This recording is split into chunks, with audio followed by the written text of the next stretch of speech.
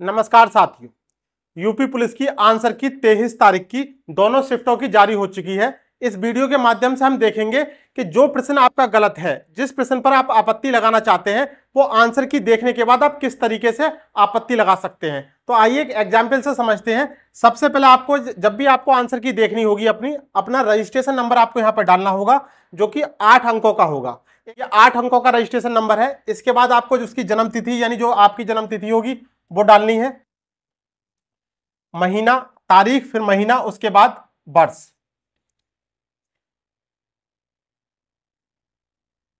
उसके बाद इसको साइन इन कर देना। जैसे ही आप साइन इन करेंगे तो कुछ इस तरीके का सरफेस खुल के आ जाएगा। यहां पे रजिस्ट्रेशन नंबर होगा और यहां पर उसका कैंडिडेट का यानी आपका नाम लिखा हुआ होगा। इसके बाद आप देखिए लेफ्ट कॉर्नर पर इस साइड में यहां पर ये 4 ऑप्शन लिखे हुए आ रहे हैं, question, objections, download admit card, district information slip और click here to log out. आपको आंसर की देखने के लिए भी पहले वाले ऑप्शन पर क्वेश्चन ऑब्जेक्शंस पे डालना है। कुछ इस तरीके का आपको इंटरफेस देखने के लिए मिलेगा। देखिए यहां पर आपका रजिस्ट्रेशन नंबर पहले से पड़ा हुआ होगा, डेट ऑफ बर्थ पहले पड़ी हुई होगी और यहां पर क्वेश्चन बुकलेट नंबर, जब आपने एग्जाम दिया होगा तो बुकलेट नंबर आपको एक सीरीज मिली होगी, वो आपको यहां पर देखने के लिए मिल जाएगी। तो हमने यहां पर इसमें इस तरीके से डाला, तो 2 बार आपको ये डालनी है और इसके बाद यहां पर जो कैप्चा आ रहा है इसको भरना है और इसके बाद आप इसको लॉगिन करें और लॉगिन करने के बाद कुछ इस तरीके का आपका इंटरफेस खुल जाएगा और यहां से आप देख पाएंगे कैंडिडेट्स का आपका रजिस्ट्रेशन दिखाई देगा, उसकी पुस्तिका क्रमांक दिखाई देगी और यहां ये इस तरीके का इंटरफेस खुल रहा है।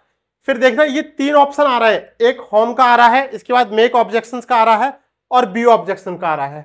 आपको सीधे यहां से मेक ऑब्जेक्शन पे जाना है और जैसे ही आप मेक ऑब्जेक्शन पे जाएंगे आपको पूरी आपकी आंसर की देखने के लिए मिल जाएगी।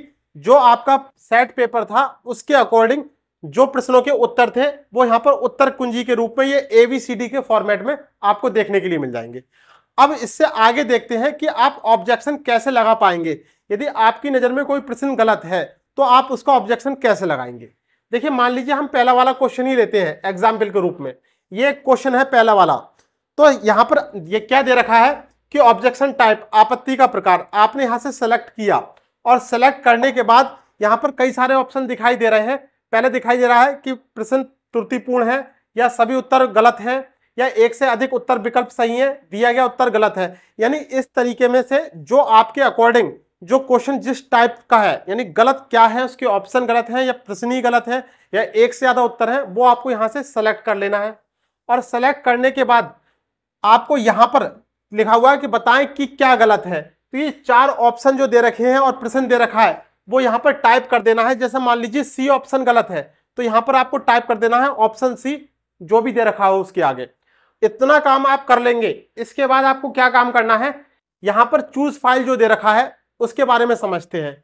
यानी ये चूज फाइल का मतलब ये है कि जहां जो तथ्य आपने जहां से लिया है, यानी जिस बुक में आपने वो क्वेश्चन पढ़ा है, लेकिन वो NCERT बेस्ड बुक होनी चाहिए, एक ऑथेंटिक बुक होनी चाहिए, कोई भी ऐसी बुक नहीं जहां से आपने उठा के वो क्वेश्चन उसको कर दिया।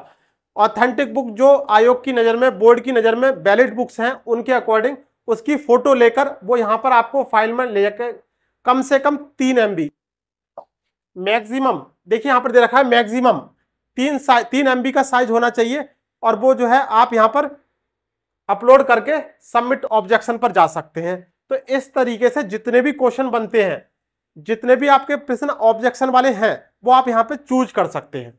इतना काम आपको करना है। इसके बाद आपको क्या काम करना है, ये आप अब देखेंगे कि कितने क्वेश्चन पर आपने जो है ऑब्जेक्शन लगाया है। तो आप फिर से यहां पर आएंगे वापस और इस पे ये दे रखा है बी ऑब्जेक्शन, इस पे क्लिक करेंगे और जैसे ही आप इस पे क्लिक करेंगे तो यहां पर टोटल जो प्रश्न होंगे उनका एक एक करके नंबर आ जाएगा कि प्रश्न संख्या 1, प्रश्न संख्या 5, प्रश्न संख्या 7, जितने भी नंबर पर आप लगाएंगे और उनके आपत्ति के प्रकार लिखे हुए आ जाएंगे, क्या गलत है वो लिखा हुआ आ जाएगा और आपने उसमें क्या दस्तावेज लगाए हैं, क्या डॉक्यूमेंट्स लगाए हैं वो लिखा हुआ आ जाएगा और ये जो है आपका इस तरीके से सबमिट हो जाएगा।